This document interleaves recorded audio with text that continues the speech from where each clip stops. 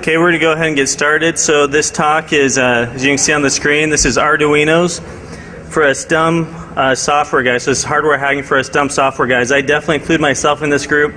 You know, I've done software for a long time, but I've never really gotten into hardware. So this is, you know, this is how I got into it. This is about a way that all of you could get into if you're looking for a way to do it. Just as a disclaimer, if you've seen other Arduino talks, there may be some things that are similar. It's because it's all true and good, not because it's, and I thought of it first, I guarantee it. So again, back to Arduino. So hardware hacking, it can be daunting for software guys like me. So I look at it and I say, you know, there's these complex circuits and components that I didn't understand, or even don't understand a lot of them still.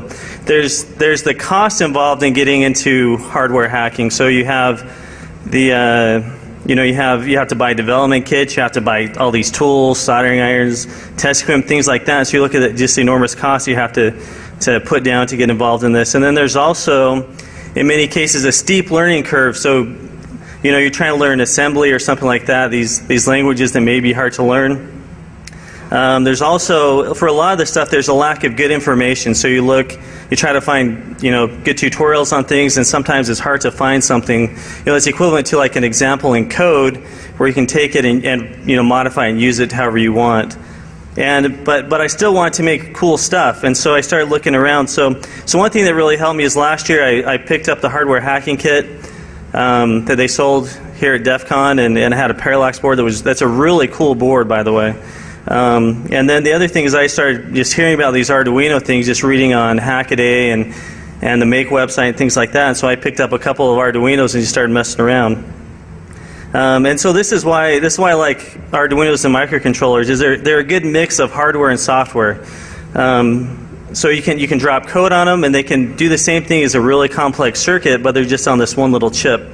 And so they're really easy to use. And you can repurpose them for something else. It's not like a circuit where you have to desolder everything, resolder it up. You just drop different code on it. It's something else. And I really like that. So if you look at this graph, this is just a graph that shows the search, the amount of the people that are searching for these different terms. So if you look, the green and the orange are Atmel and microchip. And you see over time, so these are two big chip manufacturers that are used a lot, especially in industry. And in fact, the Atmel chip is on the Arduino. But so as you can see, people have been searching less and less for these terms, but Arduino, the red one, has been going up since it came out, you know, in 2007 or so. Then it's, you know, steadily been rising, and it's past the other ones, and it's going to, as far as I can see, it's going to continue to rise because it has so many great advantages to using Arduinos. So what is an Arduino? If you're not familiar with them, they're open source hardware platforms. It's an open source hardware platform. It's an all-in-one solution. So it's open source, meaning the design is completely open source. Anybody can download the schematic. You can build your own. You can sell them. You can do whatever you want. It's completely open source. It's all-in-one, like I said. So that means basically have everything you need on the board. So you just plug a USB cable into it and go. You can just drop code on it. It has an easy-to-learn language. The Arduino language is kind of an abstracted C.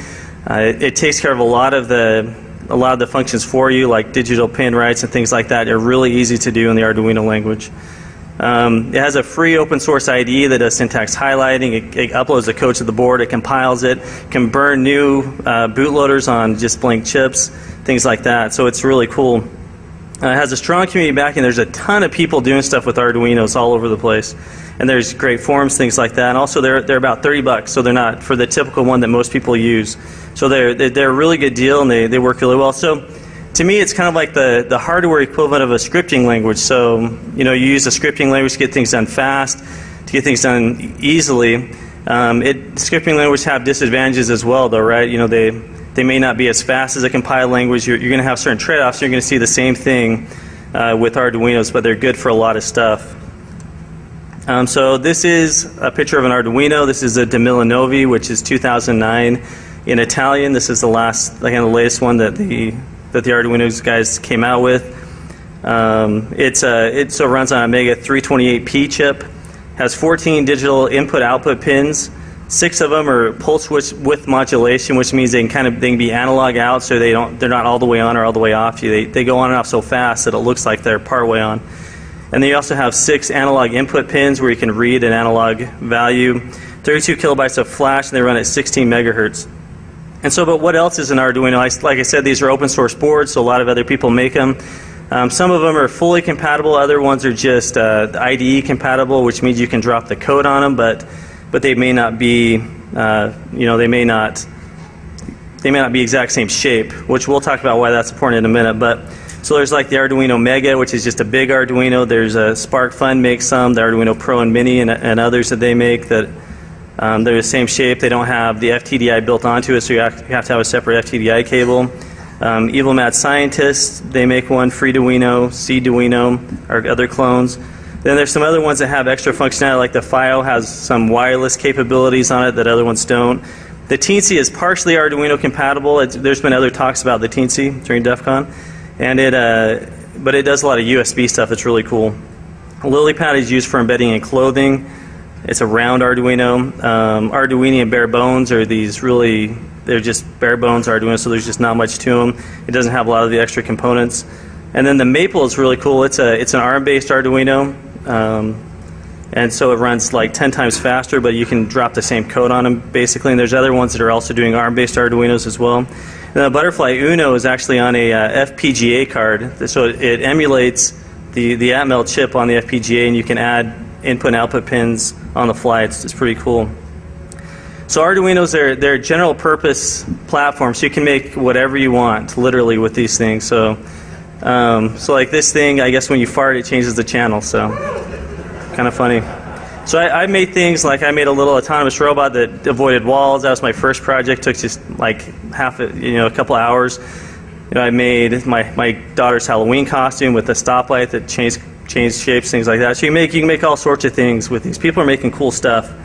But like I said, they're not for every project. They're expensive when you want to make a lot of something. So if you wanted to manufacture 1,000 of something, $30 a pop is pretty expensive. You probably just want to go with the chip itself. They're not incredibly powerful. Like I said, people are doing cool stuff with these, but they're doing, like, you can do a ton with them, but it's not a computer. And there's no parallel computing. They do have interrupts though, so you can interrupt what you're doing and switch to something else. So in hardware, generally the first thing you do is the equivalent of hello world is to blink an LED. So here's the code to blink an LED. So I just define my LED pin to be pin 13, which on the Arduino board that actually has an LED on, like a surface mount LED there, so you can test it and do things like this. Then it just has a void setup function, and this is just the function that will run one time when the Arduino first starts up, and then it goes into this void loop where it's just going to keep going through this over and over again until it loses power or something happens to turn it off. So in this one, I'm just doing a digital write, which is going to make that LED turn on. I make that LED pin high, so that's going to give it power. I delay for 1,000 milliseconds, which is 1 second. Then I make that pin low, do another digital write. Then I delay for another 1,000 milliseconds. So it's pretty easy to make an LED blink. So now I just want to talk a little about shields. So shields, they fit on top of the Arduino as long as it's shaped the same shape. That's why shape's important. It adds extra functionality, and many are stackable, so you can stack one on top of the other. So here's some available shields that are pretty cool. So you have the Ethernet shield, which gives you Ethernet capability. XB gives you radio stuff. Motor shields lets you drive motors. Wave shields, you can play waves. Nixie tube shield, that's this guy up here. So this lets you drive Nixie tubes. Which if you haven't seen them, they're a really cool display. So it has all the numbers kind of layered on top of each other, and then it just lights up the one that you need. I've been wearing this around as a badge a little bit, but it runs like 90 volts though, so I'm a little bit scared of it, but I still keep doing it. Then there's an LCD shield, so you can see LCD stuff. There's a cellular shield, so you can put a SIM card in it. You're on the cell network, you can program there. The advantages of shields, for the most part, unless you buy it as a kit, there's no tools necessary. You just pop it on and you've got that functionality. So for example, here's the Ethernet shield. So you just pop it on. In hardware, it can support up to 4 simultaneous connections. It has the TCP stack on hardware on the shield itself. And so this one thing you can do pretty easily. This is just a simple port scanner. So you just you define the IP that you're going to scan by putting in an array. a four element array, so I just put it in there. So I'm just going to scan the subnet 192.168.1, and then I'm going to just change that last octet every time I go through the loop, and then scan ports, or just try to connect to ports 1 to 1028. And then I can report that however I want. I can log that to an SD card. I can transmit that somewhere else. So if I want to put this on a network, and then leave or something like that, I have this really small device that I can use to be a port scanner planet somewhere. So here's the XB. It's 2.4 gigahertz, 250 kilobits max data rate, 128-bit encryption, and it can read from a few hundred feet to several miles in range, depending on the model that you get. So XBs and security. So one of the reasons I like XBs is they can be used for out-of-band communication. So they're a 2.4 gigahertz wave, but it's not 802.11, and so you're not likely going to see it like in a wireless assessment. So if you plant this somewhere, it's maybe going to go undetected for longer than a computer or something like that using a typical wireless protocol. You can also use these to reprogram your Arduino remotely. So if you can plant it somewhere, you want to change the functionality of it, you can maybe plant it somewhere it's doing one thing that's good, and then you're putting it as a Trojan or something like that. We want to change the functionality later, you could do it. And we're also looking at using this to do triangulation for wireless assessments. So say that you're trying to do a wireless assessment inside of a building, you're trying to figure out where that wireless signal is coming from, then we're looking at putting these around the building and being able to detect that way by triangulating the signals and the power they're getting from each of them.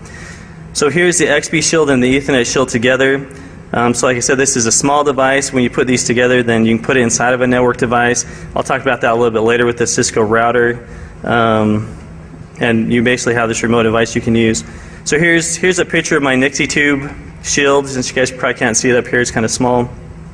So this one, right now it's just counting down. Everyone asks me what is counting down to when they see me, and I don't know what it is. So one guy was in the vent area, it was getting down to like 10, 9, 8, and he was getting a little scared, it seemed like, but it just starts over. But anyway, so you get, but yeah, it's kind of fun. It's a really cool little display. So then the next thing, after you use the available shields that are out there, the next thing I thought about is, okay, I'm going to start making my own shield. So you can either use what's called a prototype shield, where it's this shield that just has a bunch of holes you can solder into and use like that. You can use a custom PCB where you draw it out, send it out to be manufactured, you make it yourself. Or you can use a multi-purpose PCB like a perf board, which is what I tend to use just because they're cheap and I'm lazy and they work well. So you're going to need a soldering iron, possibly other tools if you're going to be making your own shield. And one thing I want to say about soldering irons is if you're having a hard time soldering, just try it with a decent soldering iron, because that was the difference for me. As I was using a cheap Radio Shack one and I sucked, and now I can actually solder because I got a decent one. So reading from pins. So digital reads, they're really easy. So you use the digital read function. You're going to get a 1 or a 0 if the signal coming into is high or low. With an analog read, you're going to get a value between 0 and 123, depending on what's coming into it. So one thing that you want to think about anytime that you're hooking into an external device is that it's kind of like the forms in a web page, right? So you've got these inputs, and you can start just pushing weird stuff to them and seeing what happens, and it kind of fun stuff happens. We've seen other talks about doing things like USB fuzzing, so you just start sending it crap or trying to tell it you're a different device, and a lot of these interfaces aren't as well protected as the front door is, and so this is a good opportunity to use these hardware platforms to do hacking stuff.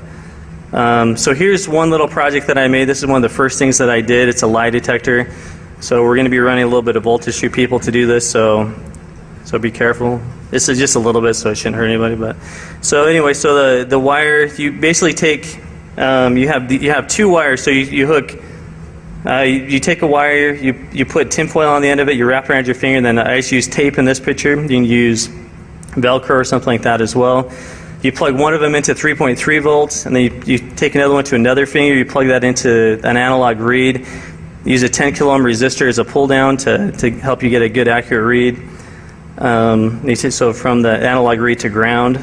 And then basically basically the way it works then is, so you've got a piece of tape on one finger with foil with a wire coming off of it going to power, the other one going to the analog read, and it just is going to send voltage through your finger basically. And if you're lying, typically you'll start kind of sweating a little bit on your skin, and so the resistance will go down, so the analog value will go up. And so that's kind of the way this really simple lie detector works. So here's the code for it, really simple. I'm using the analog read pin 2. Then I'm just doing a serial begin. This is just a function that lets me output whatever is happening on the Arduino over serial. I can just do serial print, which then I do down the void loop. So I do a serial print of whatever I read in through the analog read. And then I delay for 5 seconds, and it's just going to keep reading. And so I can just watch that value go up or down. I can know what's going on. It's not perfect. Any emotional response will actually trigger you sweating like this. So if you're mad about what the person's saying or something like that, then you're also going to look like you're lying to these lie detectors. And also the professional ones all have things like they test for heart rate and breathing rate and things like that. So here's another one that there's a ton of people who make different versions of this. So all you do is take a laser, you put it across a doorway, and then on the other side of the doorway you have a photoresistor that the laser's pointing at. And so when someone goes through that laser, it's going to change the value that's being read on that analog read to that photoresistor, and it's going to show you that someone went through, and you can buzz or do whatever you want to trigger on that person coming through. Here's one that the follower talked about yesterday that he did, which this is one of the first projects that I made as well, actually going off of his plans. So this is based on the AVR Project VUSB. So it's a simple circuit. It has just 3 resistors, 2 diodes, and then just the USB connector, and that's it. And you can emulate a HID device. So you can do a keyboard, and then when you plug it into a computer, it's not going to need any drivers. It's just going to work. And it can be modified to be like a joystick or a mouse or a lot of other devices. So security uses for this, there's been a couple other talks. Adrian Crenshaw and Fowler, they talked about this a little bit, doing things like you connect it to a computer, and then when a person comes and logs in, then it can, while they're turned away or something like that, then it can add a user really fast without them noticing. Another use that I thought about using it for was you hook it up to a kiosk, a computer that's in a kiosk mode, and have it just go through all the possible combinations of keys and try to break out of that kiosk mode.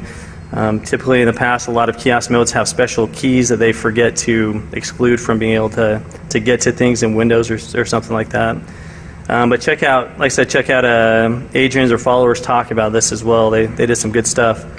So here's the schematic. It's, like I said, it's really simple. It's these 3 resistors, 2 diodes, and then the USB connector, and then to the Arduino. And then the code, basically, so you have to disable the built-in timers in the Arduino because USB uses different timing. And then you just connect as a USB device, and you just start sending keystrokes. So it's super easy to do. The next one that I decided to do is one of the ones I decided to do wasn't next after that one, I guess, but at some point in my life I decided to try to make an RFID emulator. It's actually, part of this was because I wanted to get Chris Paget's that he was supposed to make after last Defcon, but he never came out with it. So I thought, well, I'll see if I can make my own, see how hard it is.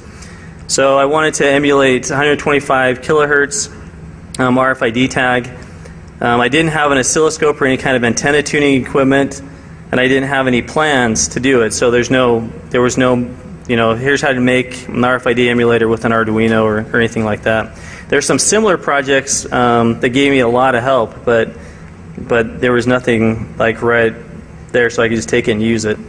And so this is what I ended up coming up with. So this RFID tag spoofer, stupid simple, and Hackaday and Make ended up picking it up and doing stories on it. So all it is just a 10 kilo ohm resistor, transistor, 10 nanofarad capacitor, and then a spool of wire and a spent roll of toilet paper. So, and the code is 20 lines long, so it's really easy to make this thing.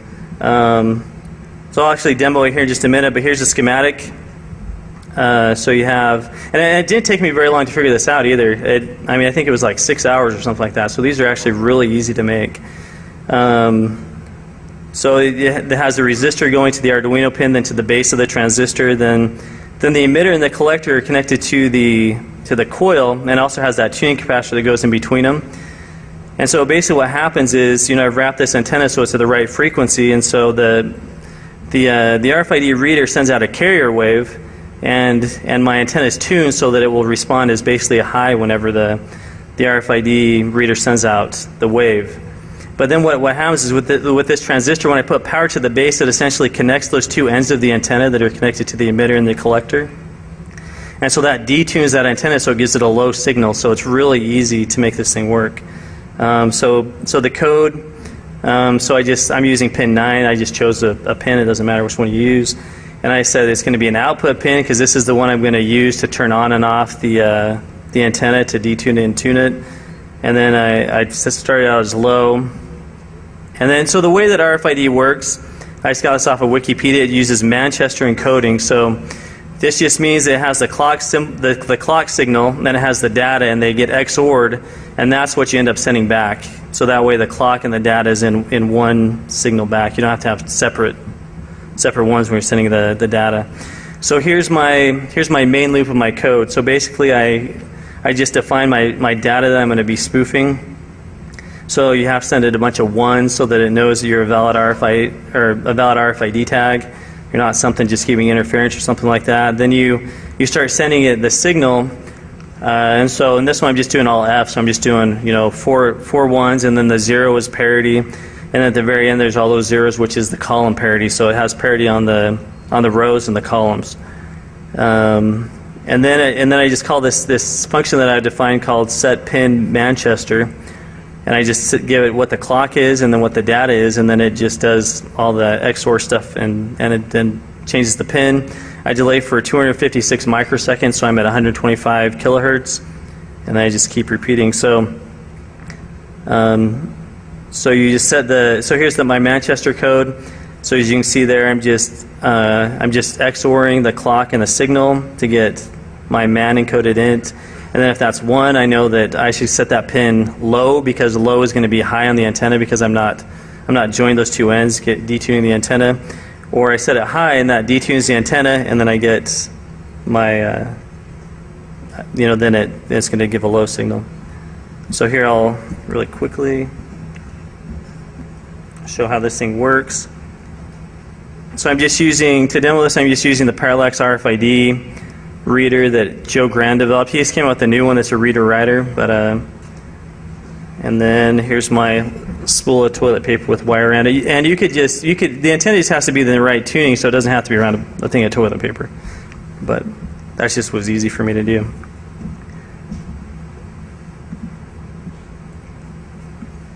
So here's my code, and then let's see.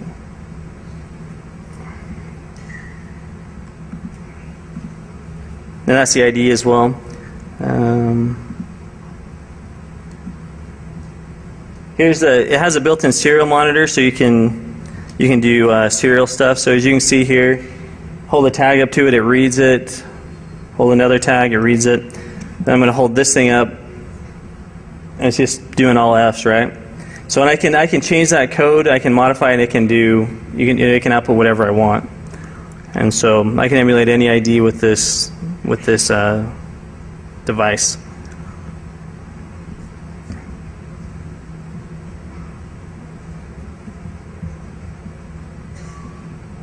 Goes off.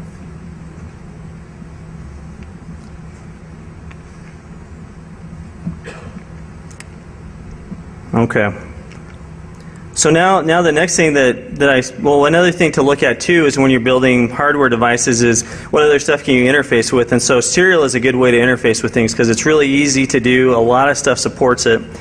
There's the digital I/O pins 0 and 1 are hardware serial pins, so they're easy to connect to stuff. There's also, like this Parallax reader uses serial. GPS units use serial, LCDs, various integrated circuits, a lot of stuff uses serial.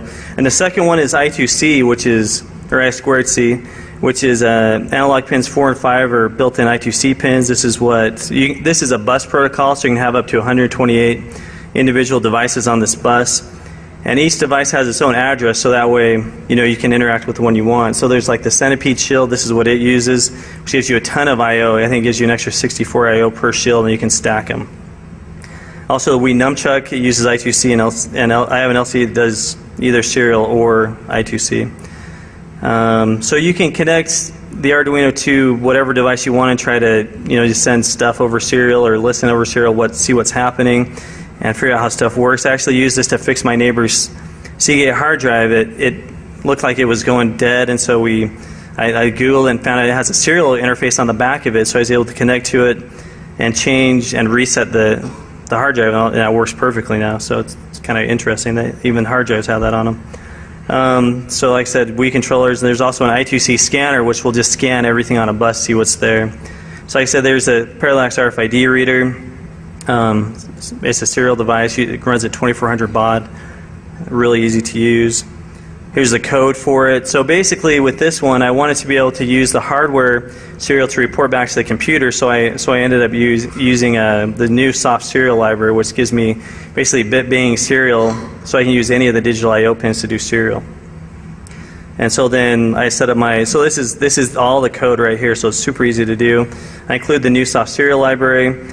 I tell I'm going to use pins 6 and 7 for RX and TX, and then I start up my serial, which is the new soft serial one, and I set up my serial, which is the hardware built-in one, and then I basically what I do is anything that comes in from the new soft serial pins, I just forward out to me, so that's how I can see that up on the screen, things like that. GPS tracking device. So this uses a serial GPS unit. I got this off Spark Fun. Can log data to an SD card, or it can broadcast it out using cellular or XBee or something like that. So you use it to track down stolen goods. So I know people who have devices like this, they put inside their golf bag or whatever, and then if someone steals it, they just go and beat them up or whatever. And then, and also it can see where people are. Like I have a cop who lives next door to me. He says that they put these devices on cars, and they can track where they're going. They have to have, in Utah at least, you don't have to have a warrant to do it. They just have to have reasonable cause that there's something suspicious going on. So, but as far as me doing it, I don't know if it's legal or not. So. Another device is this Blue Smurf. It's really cool. So it's a serial device. It basically replaces a serial cable with Bluetooth. So if you have two Bluetooth on each side, then it's the same as a serial cable between the two. So default data rate is 115K. It can be used to program an Arduino if you just hook it up right. Arduino is programmed over serial, so any serial device can be used to reprogram it remotely. You can also use it to communicate with other Bluetooth devices.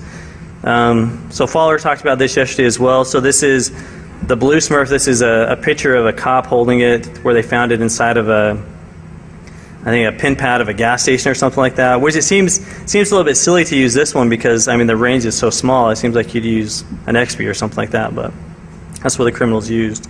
So people are saying Spark Fun is bad because they made this device, but it's just silly, right? Where did they find the device? I believe they found it at a gas station in the keypad, so you swipe your card and you put your PIN in. I believe that's where it was, something like that.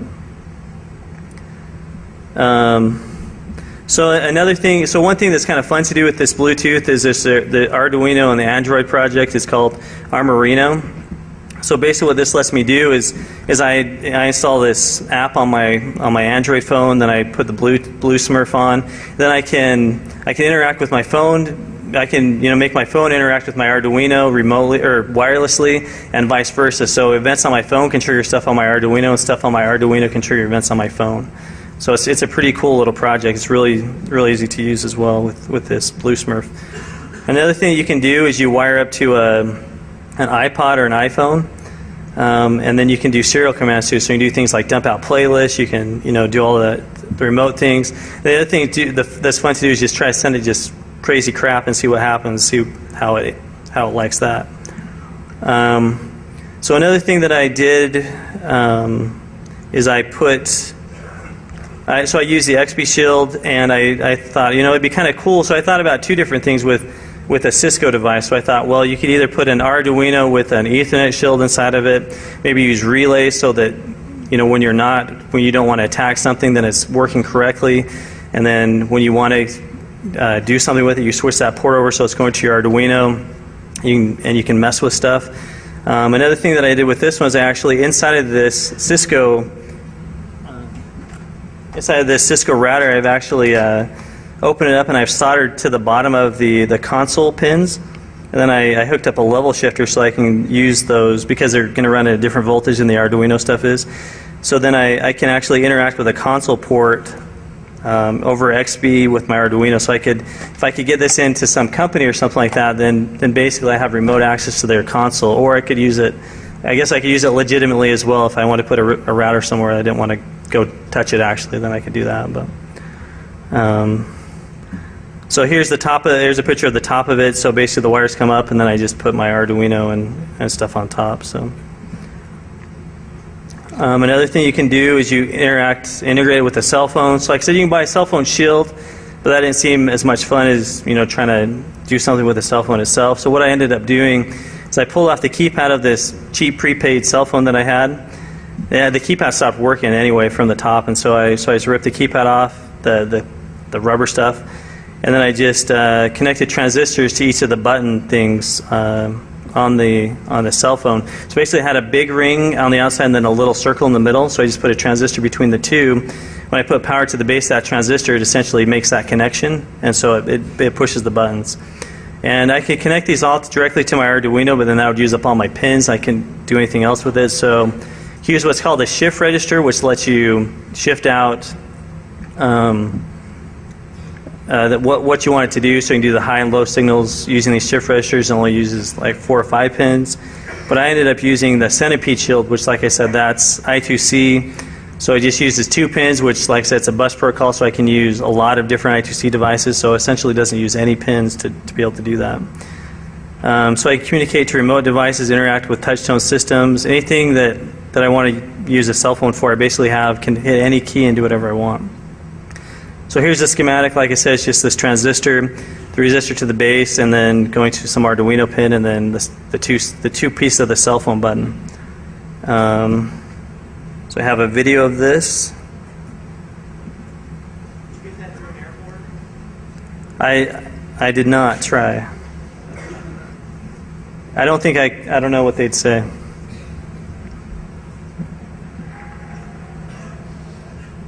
I can't see what's up.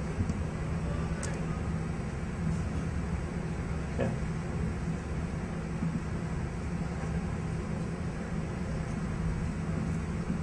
Am I hitting the play button? It's not playing though, huh? It's thinking. Fantastic.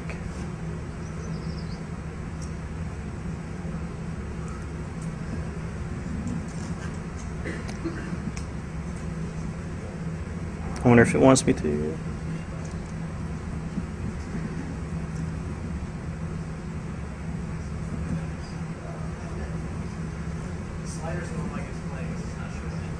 Okay, well, guess we're not showing that. So basically, all you see in the video is you just see the cell phone, and you'd be able to see I can push any button that I want on the cell phone, and it just reacts like you would if you push buttons on a cell phone. And you can use the same technique for anything that has buttons that you want to automate something that it does. So you could do this with like a game controller. Here's a close-up picture of the cell phone. So like you said, it may be hard to get this through airport security, just this phone with all these wires coming off every button. But yeah, so anyway, so you can use this for anything where you have pretty much anything, any electrical device will open it up. You'll either have these jaggy things, and so when you push the button, it just grounds it just connects the two, bridges the two, or it has something like this where it has its outer circle and inner circle. You just solder to them, you put a transistor on them or something like that, and you can run the device. Another thing that I made that I'm kind of working on still is this combination lock brute forcer. So basically what this is a stepper motor that turns a dial, and a servo that tries to pull the shaft out after it tries 3 numbers or whatever. I have a laser pointing to a photoresistor that detects 0. So I use that for a couple of reasons. So one is when it's to make sure it's not getting off. And the other thing is a lot of locks have have known algorithms like the master locks, where you pull the shaft out, you turn it until it stops, and then you just write down all those, and then you let it go back in, then you pull it back out again, turn it more until it stops. You write down those numbers, and you can reduce the number of possible combinations down from 16,000 or something like that to about 100. And so this can do things like that because it goes till it stops. Because with a stepper, it all it knows is I'm trying to turn it, but if you stop it from turning, it doesn't know that it wasn't able to turn. It doesn't have any feedback. And so I just turn as far as I can, then further than I think I'm going to be able to turn it, and then I just come back and see where it hits 0, and I know how far I went. And it can use known algorithms. Like I said, I already said that. So, and it can also try every possible combination. So here's a picture of it. I actually realized that I forgot this when I got here, so I started rebuilding it, but I didn't get it done. So, sorry. So here's a picture of it, though. So basically, the servo on top, and the metal plate is just a cover plate, electrical cover plate I picked up at Lowe's, and it just has those bolts, so I can adjust the height of it, make sure it's the right height for my lock. And then this plastic stuff, it's called shape lock, that I use. So you can see there's a servo at the bottom that tries to pull the shaft out. There's the button that detects if it is pulled out. So it's pretty easy to make, really. You can just pull a stepper out of an old printer if you have them, or just buy them online. They're about 15 bucks. You probably need like a stepper driver to be able to drive it easily, like an easy driver or something like that. So one thing I want to say though about that plastic stuff is it's called shape lock, and it's rad. It's really cool. So basically, see these little plastic beads. You get water, you heat it up in the microwave or something like that, and then you can make it into any shape you want until it cools down, and it's really pliable and things like that. As soon as it cools down, it gets really hard. You can drill it, you can cut it, you can do whatever you want. It's really cool stuff if you have to make custom pieces. And for this, I need to have a piece that fit over the lock and fit inside the stepper, or over the stepper shaft and over the lock dial. And so I didn't know where to get anything like that, so I just made it with this stuff, and it worked really well. Yeah, you can. So you put it back in the microwave in the water or whatever, and it just remelts. You can reuse it. It's cool.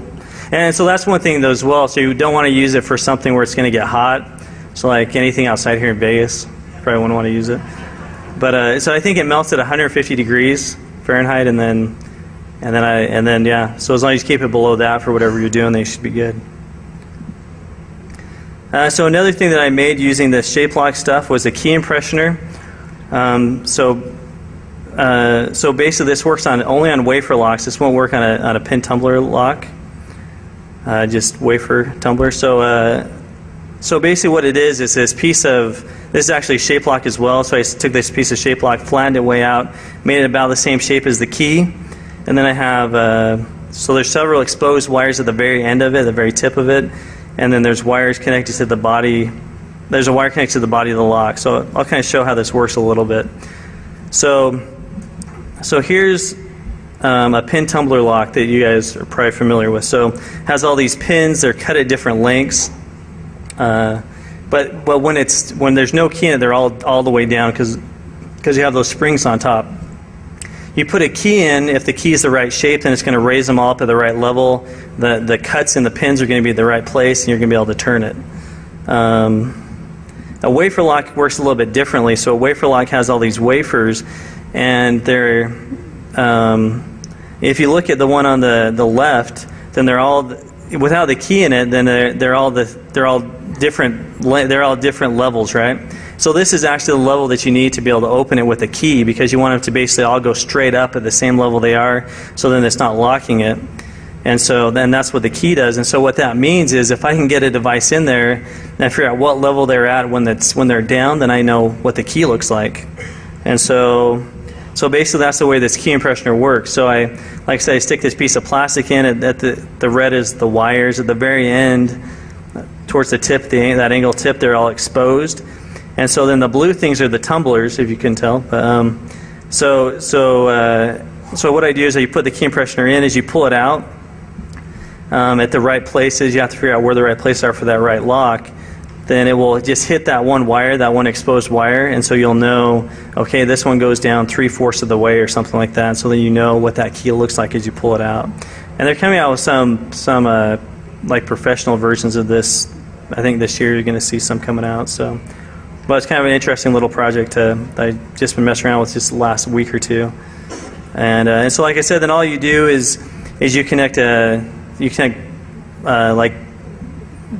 power to the outside of the lock, so just the body of the lock, and then you connect all these wires coming off the back of this to your Arduino, and then you just see which one's given a high signal coming in a digital read, because that's the one that's going to actually be hitting, because you have the body giving power, and then and so it's going to go through the body of the lock, through the outside, through the tumblers, and into the device.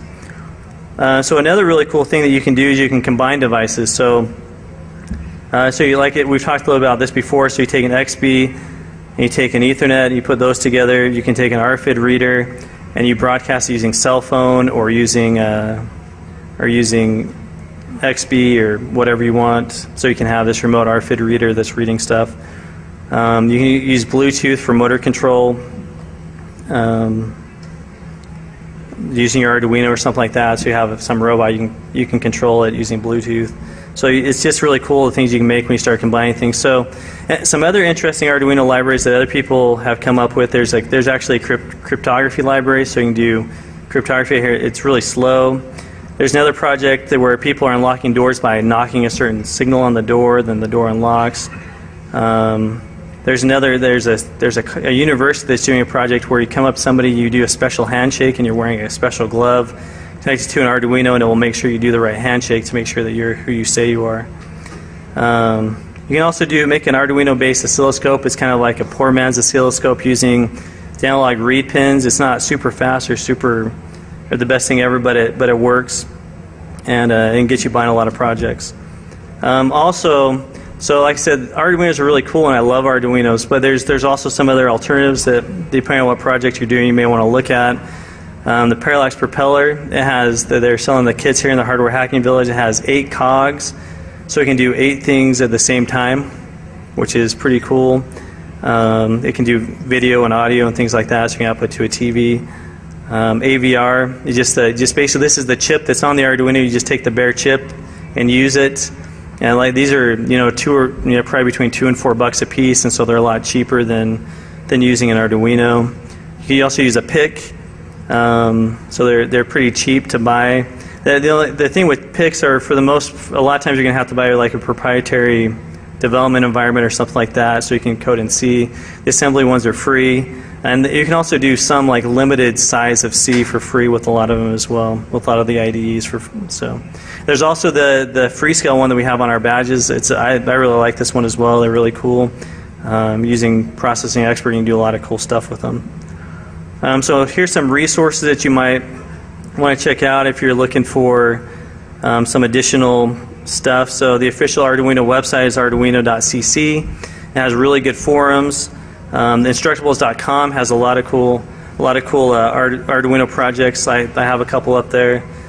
Spark Fun is a cool place to buy things. Adafruit, Lady Ada, she sells a lot of cool Arduino kits. Maker Shed, Evil Mad Scientist, Seed Studios out of China, and they sell stuff that's really cheap. And these guys, Pololu, they're actually here local in Vegas. I need so I could try to get the brute forcer for the combination locks working. I needed a stepper driver. And even though they mostly just ship out of here, they let me come in and pick up a part, and they're really cool. And it's Google Arduinos, and you'll find all sorts of websites with all sorts of cool projects on them. So where can you go and learn more? So I go to my local hackerspace. They do a ton of Arduino stuff at mine, and I know a lot of other ones do as well. So just Google and see if you have one near you. If there isn't one, consider starting one, and just having start spreading the knowledge and things like that. There's also a lot of places like we have a local make group that does the same kind of stuff as our hackerspace. And then the other thing is upstairs there's a Hardware Hacking Village. If you guys haven't made it up there, then I encourage you to go check it out. One thing, just a piece of advice: don't go check it out in between talks, because there's a lot of people just kind of wandering around. It's super packed.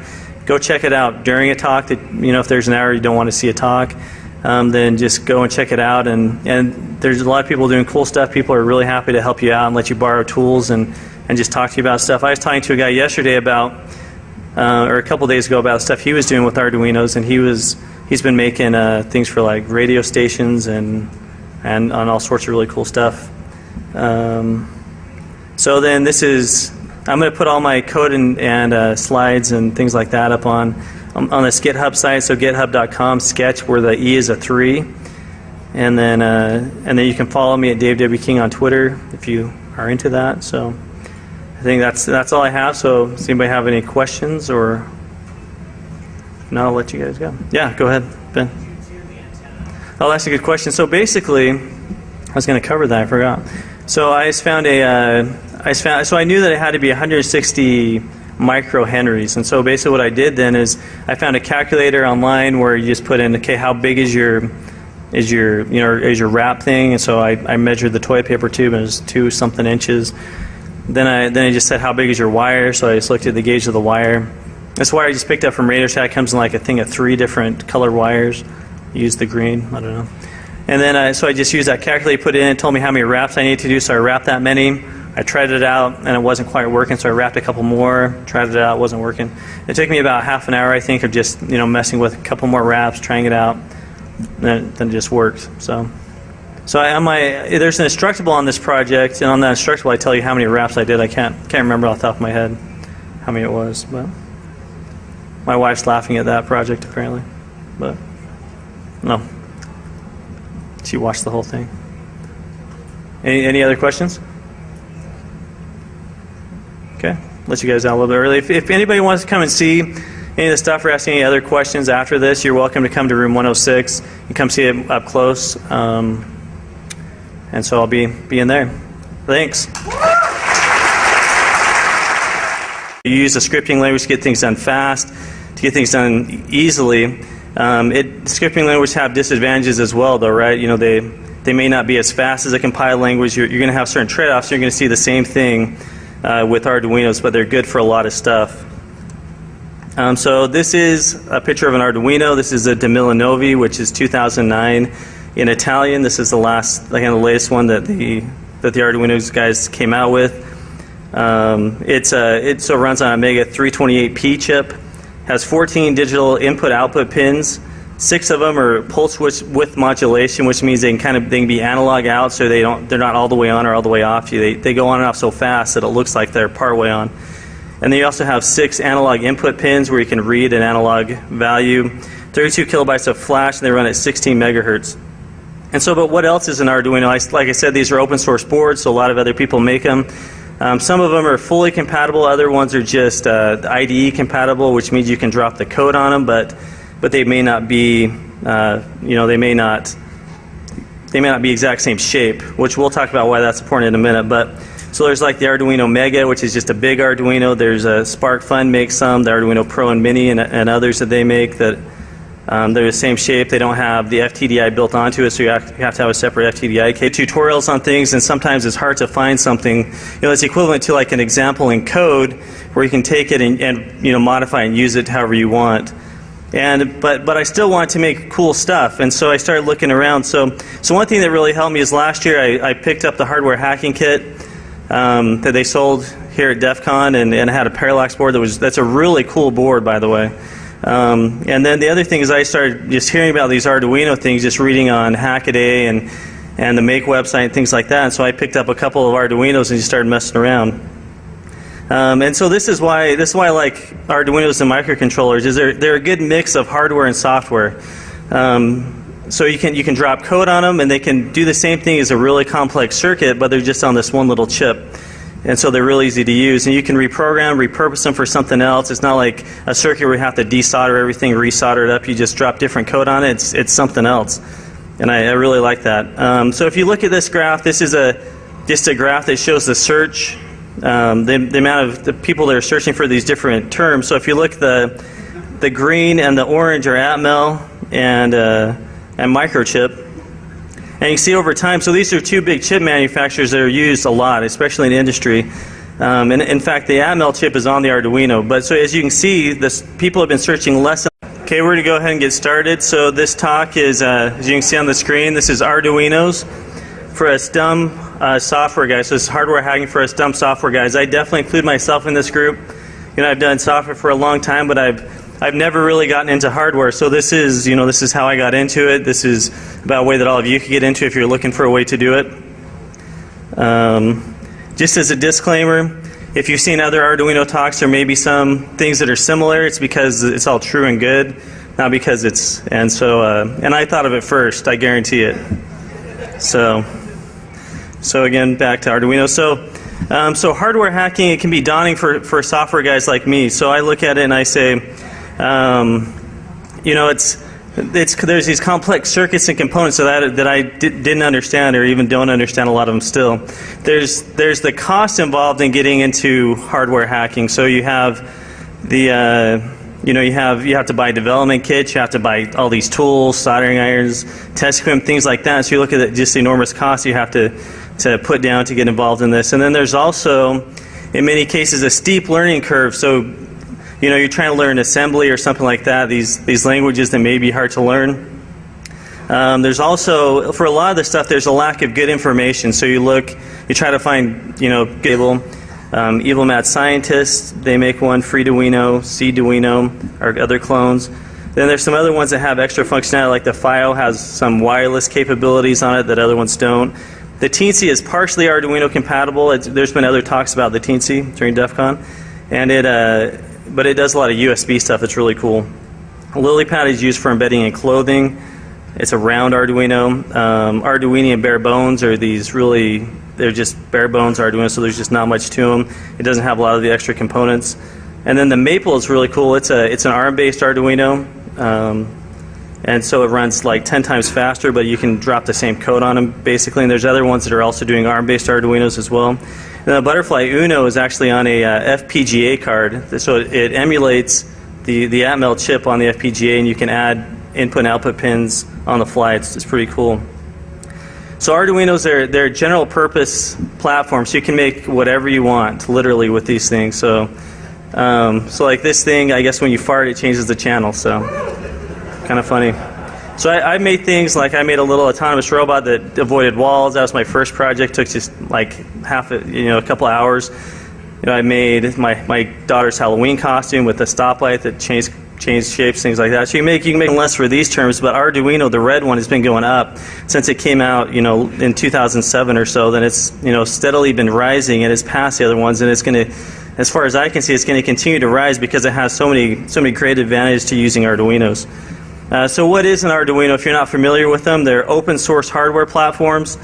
It's an open source hardware platform. It's an all-in-one solution. So it's open source, meaning the design is completely open source. Anybody can download the schematic. You can build your own. You can sell them. You can do whatever you want. It's completely open source. It's all in one, like I said, so that means basically have everything you need on the board. So you just plug a USB cable into it and go. You can just drop code on it. It has an easy-to-learn language. The Arduino language is kind of an abstracted C. It takes care of a lot of the functions for you, like digital pin writes and things like that. They're really easy to do in the Arduino language. It has a free open source IDE that does syntax highlighting. It uploads the code to the board. It compiles it. Can burn new bootloaders on just blank chips, things like that. So it's really cool. It has a strong community backing. There's a ton of people doing stuff with Arduinos all over the place. And there's great forums, things like that. And also they're about $30, so they're not for the typical one that most people use. So they're a really good deal, and they work really well. So to me, it's kind of like the hardware equivalent of a scripting language. So